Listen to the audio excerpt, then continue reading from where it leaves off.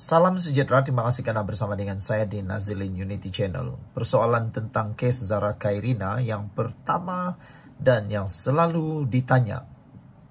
Pertama, siapa orang pertama yang jumpa Zara Khairina? Yang kedua, yang selalu orang tanya ialah bagaimana beliau tahu Zara Khairina jatuh? Maksudnya, orang pertama yang nampak Zara Khairina jatuh itu siapa? Kedua, macam mana dia tahu Zara Khairina jatuh di sana dan dia tengah buat apa? Karena menurut kronologi laporan ini, Zara Khairina jatuh ditemui awal subuh, sebelum pukul 5 pagi ataupun sekitar jam 4 pagi. Jadi menjadi tanda tanya kenapa ada waktu itu bangun dan kenapa dia dijumpai, siapa orang pertama yang menjumpai dia. Itulah yang bermain dalam tanda tanya. Akhirnya orang pertama yang jumpa Zara Khairina buka mulut cerita situasi yang sebenar dan bagaimana dia jumpa Zara Khairina, apa yang dia buat sehingga dia jadi orang pertama jumpa Zara Khairina. Agak mengejutkan kita dengan pengakuan beliau ini. Menurut laporan di FMT ini, yang menemui Zara Khairina, orang pertama yang menemui Zara Khairina ialah pelajar senior Zara Khairina. Pelajar senior itu mengatakan dia dengar bunyi jatuh ketika mahu cuci pakaian, kata saksi. Sebenarnya bagi orang yang pernah tinggal di asrama, apalagi asrama penuh, pukul 4 pagi itu bukanlah perkara yang menghairankan atau pelik. Karena seawal jam 3:30 pagi, ramai pelajar sudah mula bangun, terutamanya senior, untuk belajar atau mengambil kesempatan membasuh pakaian, mencuci pakaian supaya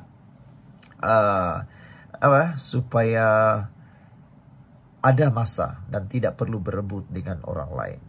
Jadi, rupa-rupanya pelajar senior ini yang mendengar bunyi jatuh ketika mahu cuci pakaian, itulah yang dia buat. Jadi soalan pertama telah pun dijawab. Peguam mewakili Bapak Zara Khairina menyoal sama ada sebelum ini terdapat pelajar senior cuci pakaian pada jam 2 pagi. Namun pengawal keselamatan menjawab tidak pernah. Pengawal keselamatan yang bertugas pada malam insiden membabitkan Zara Khairina hadir memberitahu Mahkamah Koroner bahwa pelajar senior yang maklumkan kepadanya mengenai penemuan mangsa mendakwa dia bangun awal kerana mahu mencuci pakaian.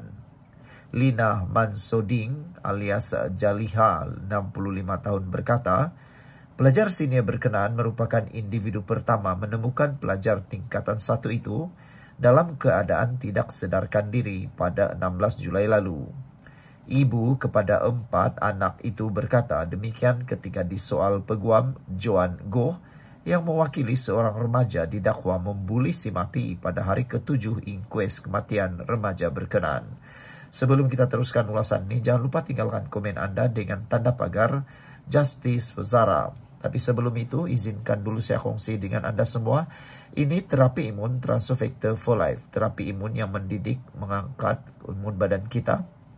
Juga mengajar imun badan kita dan menyeimbangkan imun badan kita sehingga imun badan kita jadi bijaksana. Apabila imun badan kita jadi bijaksana, kuat dan seimbang, imun badan itulah yang akan melawan penyakit, menghapuskan penyakit, akar penyakit yang ada dalam tubuh badan kita. Imun badan yang lemah, imun badan yang bodoh, imun badan yang tidak seimbang menyebabkan akar penyakit bertumbuh di dalam tubuh badan kita. Tetapi imun badan yang sudah diajar oleh terapi imun ini menjadi kuat, bijaksana dan seimbang akan menghapuskan akar penyakit dalam tubuh badan kita. Cepat dapatkan produk ini melalui nombor telepon saya yang tertera. Produk ini lulus KKM, diperakui oleh dokter-dokter di seluruh dunia dan juga halal. Ia merupakan penemuan paling bersejarah dalam dunia kedokteran pada abad ini. Saudara-saudara sekalian, kalau selama ini Anda sudah berdoa untuk kesembuhan penyakit, mungkin ini jawaban yang Tuhan hantar sediakan buat Anda semua. Saudara-saudara sekalian, apabila pelajar senior itu, Goh bertanya, apabila pelajar senior itu lari cari puan, masa itu puan tahu dia di mana? Maksud saya pada pertama kali pelajar itu nampak arwah. Lina menjawab, kira-kira pukul 3 pagi. Dia cakap, dengar macam benda jatuh. Dia mahu cuci kain. Dia bangun awal sebab panjang giliran. Dia mahu cuci kain tapi dia dengar macam ada benda jatuh. Dia tengok, terus dia panggil saya.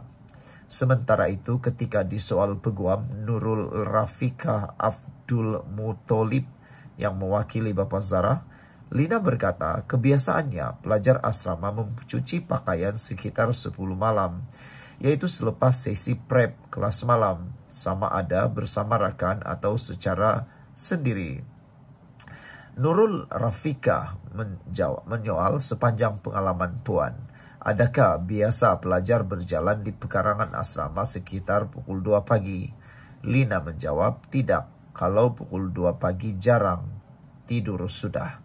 Nurul Rafika bertanya lagi, pernahkah pelajar-pelajar mencuci pakaian pada pukul 2 pagi? Lina menjawab, tidak pernah. Nurul Rafika bertanya lagi, sebelum ini Puan ada pernah nampak pelajar senior itu mencuci pakaian sekitar pukul 2 pagi? Lina menjawab, tidak pernah. Proceeding inquest di hadapan Coroner Amir Shah Amir Hassan bersambung Rabu depan. Zarah meninggal dunia pada 17 Julai di Hospital Queen Elizabeth.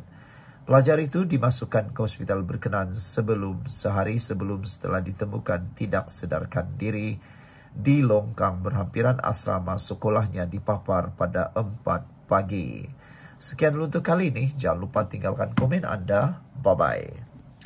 Salam sejahtera, terima kasih karena bersama dengan saya di Nazilin Unity Channel. Dalam banyak-banyak laporan berkaitan dengan case inquest Zara Khairina, laporan inilah yang paling menarik perhatian kita dan pasti tak pernah kita tahu, tak pernah kita dengar, dan yang paling penting sekali, kita tidak sangka langsung boleh berlaku. Dalam laporan di FMT menyebut, Zara Khairina dituduh mencuri Rp300 sehari sebelum insiden. Itu pernyataan daripada saksi hari ini. Laporan ini menyentap kita semua. Laporan ini tak pernah pun saya dengar sebelum ini. Benarkah apa yang berlaku? Sampai sekarang saya masih terkejut. Tapi sampai sekarang kita masih lagi tidak dapat sahkan perkara ini karena belum ada keputusan dari mahkamah. Ini hanya case yang inquest membabitkan Zara Khairina. Dari manakah cerita ini? Dan siapakah yang mendengar cerita ini? Kita ulas dan kupas dalam video kali ini. Pengawal keselamatan berkata, seorang pelajar yang dikenali sebagai E memberitahu dia hilang Rp300 dan kad bank. Mahkamah Coroner hari ini diberitahu terdapat cakap-cakap dalam kalangan pelajar sekolah mendakwa Zara Khairina Mahathir mencuri wang rakannya sebelum kematian pelajar tingkatan 1 itu. Pengawal keselamatan Sekolah Menengah Kebangsaan Agama Tun Datu Mustafa Papar, Lina Mansoding alias Jaliha, 65 tahun berkata, dia hanya mendengar cerita curi itu daripada pelajar sekolah berkenan selepas kejadian malang berkenan. Sebelum kita teruskan ulasan kali ini, jangan lupa tinggalkan komen Anda, Justice for Zara. Tapi sebelum itu, izinkan dulu saya berkongsi kepada Anda semua, ini terapi imun Transfer Factor for Life. Terapi imun yang meningkatkan daya imun badan kita sehingga 400%. Secara umum dan ringkasnya, apabila imun badan kita lemah, apabila imun badan kita jadi bodoh, apabila imun badan kita tidak seimbang, kita kena penyakit dan penyakit tidak pernah sembuh dalam tubuh badan kita lagi. Lalu akar penyakit itu bertumbuh, berakar, bersarang di dalam tubuh badan kita dan kita sakit. Tapi terapi imun ini mengajar, mendidik dan menyeimbangkan sistem imun badan kita. Apabila imun badan kita bijaksana, apabila imun badan kita kuat, dan apabila imun badan kita seimbang, imun badan itulah yang akan menghapuskan semua akar penyakit yang bersarang, berakar di dalam tubuh badan kita. Imun badan itulah yang akan berjuang mempertahankan diri kita dari dalam. Cepat dapatkan produk ini melalui nomor telepon saya yang tertera. Produk ini lulus KKM, diperakui oleh dokter-dokter di seluruh dunia dan juga halal. Kalau Anda sudah berdoa bertahun-tahun untuk penyembuhan penyakit Anda, mungkin ini jawaban yang Tuhan hantar untuk Anda semua.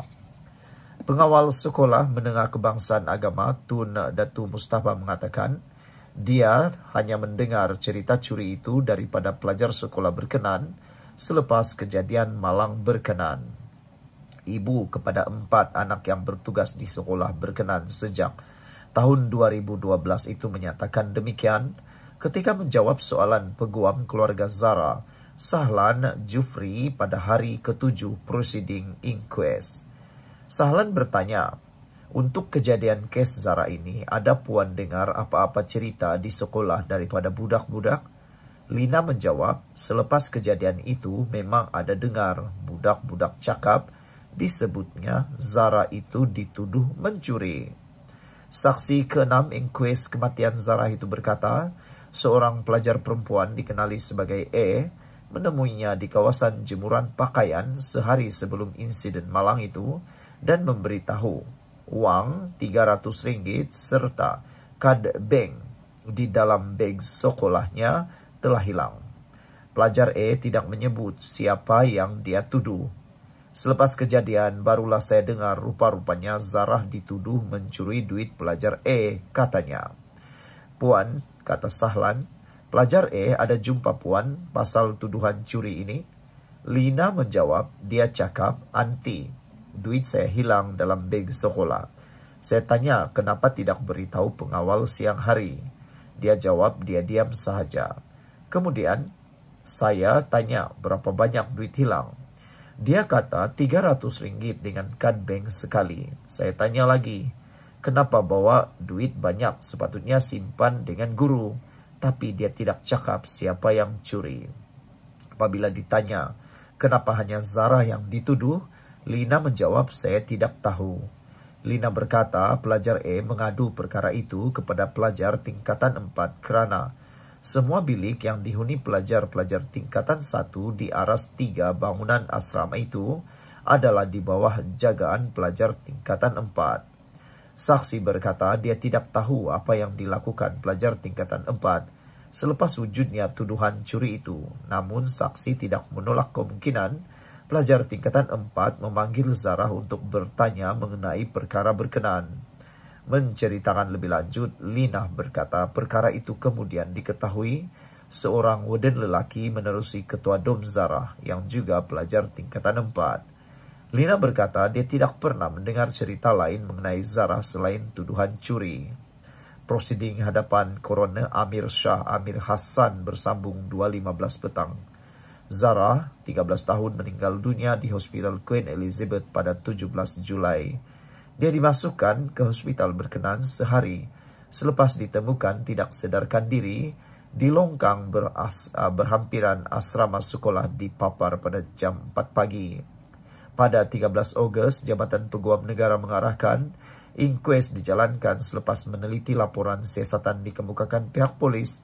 Manakala sebelum itu pada 8 Ogos, AGC mengeluarkan perintah untuk menggali semula kubur Zara Khairina bagi membolehkan bedah siasat dilakukan. Saudara-saudara sekalian, dalam beberapa komen netizen di media sosial, ramai yang terkejut dengan pendedahan ini. Seperti mereka, saya juga terkejut. Kita serahkan semuanya siasatan ini dalam inquest Zara Khairina, biar mahkamah tentukan apa yang berlaku seterusnya. Kita jumpa lagi. Bye-bye.